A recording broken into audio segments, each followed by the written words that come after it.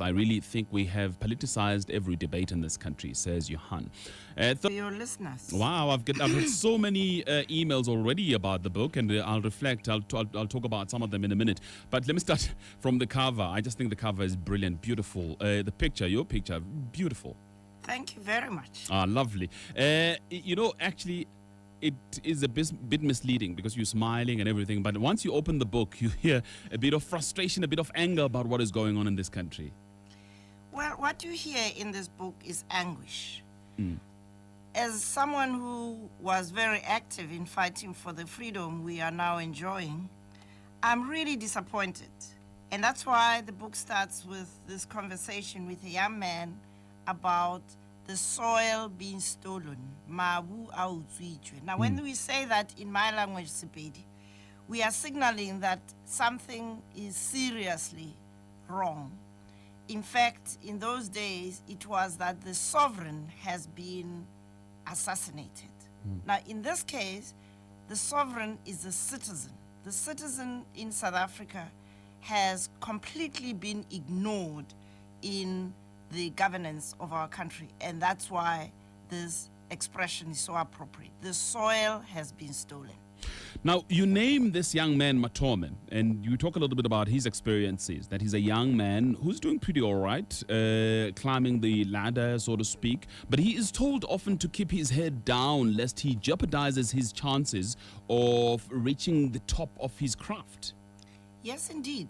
And that is at the heart of the failure of governance in our country, in that despite all of the ideals that we held coming into this democracy, the governing party has decided that they own the democracy. So there is complete conflation between the person of the president, the party, the government, and the state. Hence, the complete impunity in corruption, nepotism, and patronage within our system. It is not simply the problem of a few people doing something wrong. It's a culture. And that is what is frustrating young, professional people who want to do the best thing for their country. But they are made to sign documents they know are wrong. They are made to keep a blind eye to things that are clearly out of kilter. And when they do blow the whistle, as we know in several cases, they end up being in trouble. So the dilemma Matome is facing is that talk and lose whatever you've accumulated or whatever you've achieved so far and working towards, or shut up and watch your country go down the drain, a slide into a failed democracy. In fact, you say Matome talks about the assassins of the citizen as sovereigns, and that's quite a serious one. Well, it is a serious one. When you think about the potential for this country for greatness, and then you look around you today as we speak, you see the fruits of this culture of impunity, this lawlessness, that people, including those illegal miners or illegal strikers, they have watched the law being broken and people getting away with it. And so there is, in a sense, a tone that has been set in this country that law and order doesn't matter, that the rule of law doesn't matter, and that playing the game by the rules, including the rules that are very, very clear in our Constitution, that our public service should be one that has competent, committed, accountable, and respectful public servants. But instead, what we have are loyalists, people who can lie about their qualifications, like this guy who's the COO of SABC, and still remain in his job, paid an unbelievable amount of money, 1.6, when teachers who work their butt off are being paid less than half of what he's earning. It really is outrageous, Roland. You quote the former Minister of Safety and Security, Signe Mufamadi, as saying that we may be in the early stages of a dangerous kleptocracy. Absolutely. I mean, where you have a problem. Let's take the famous Inkandla affair. You have clear, at least on the face of the evidence we have, breach of all of the protocols, even the infamous ministerial handbook.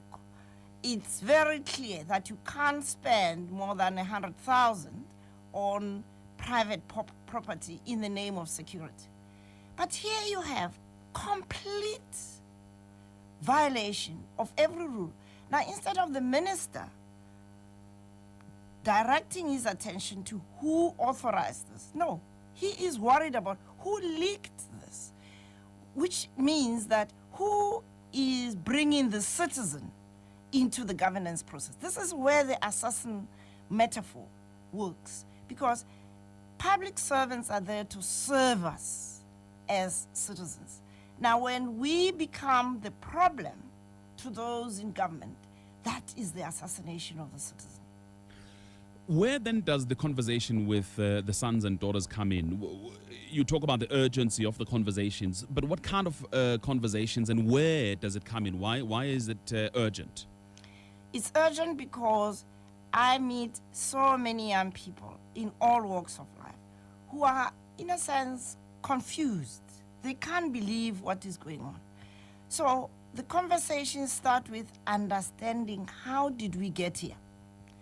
And in my view, how we got here has to do with, first of all, at the time we made the transition to democracy, we underestimated what it would mean to make the transition from authoritarian governance to a constitutional democracy. Those are two different governance systems.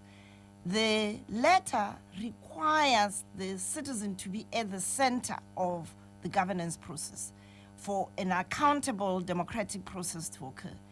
The former, which is what we have had under the colonial system, apartheid system, is where those in positions of power rule the roost. Now, if you don't have a conscious process of changing that culture, which should include civic education for everybody, including the president, to understand the difference between a parliamentary democracy and a constitutional democracy. When the president stands up in parliament and says he doesn't understand why, being a representative of a majority party, people could have something to say about the policies that they propose. I mean, that's a clear lack of understanding of the difference between a parliamentary democracy where the majority rules and a constitutional democracy where the citizen is at the center of it as the sovereign. The second problem we didn't take care of is we inherited a socially engineered inequality system. Now, we can't simply assume that as the economy grows, you're going to correct that socio-economic structural inequality. And because of the compromise of the nature of the democracy, we agreed to have a TRC that focused on gross violations of human rights and not focusing on socio-economic rights. Now, our first government under Tate Mandela should have then had a game plan about how do we deal with the socially engineered inequality. Instead, we thought that the RDP will be, the reconstruction and development process will be the vehicle for doing that. At least that was his idea. But the fact of the matter is that the level of socially engineered inequality is not one that can be solved by an RDP house or a tap or an electricity connection. It requires structural change in the economy. The mining industry debacle that we are now witnessing is one example of a mining industry that continues to function on the basis of 19th century policies. The same thing applies to our banks. They are a monopoly, and everybody knows that, but they're not touched.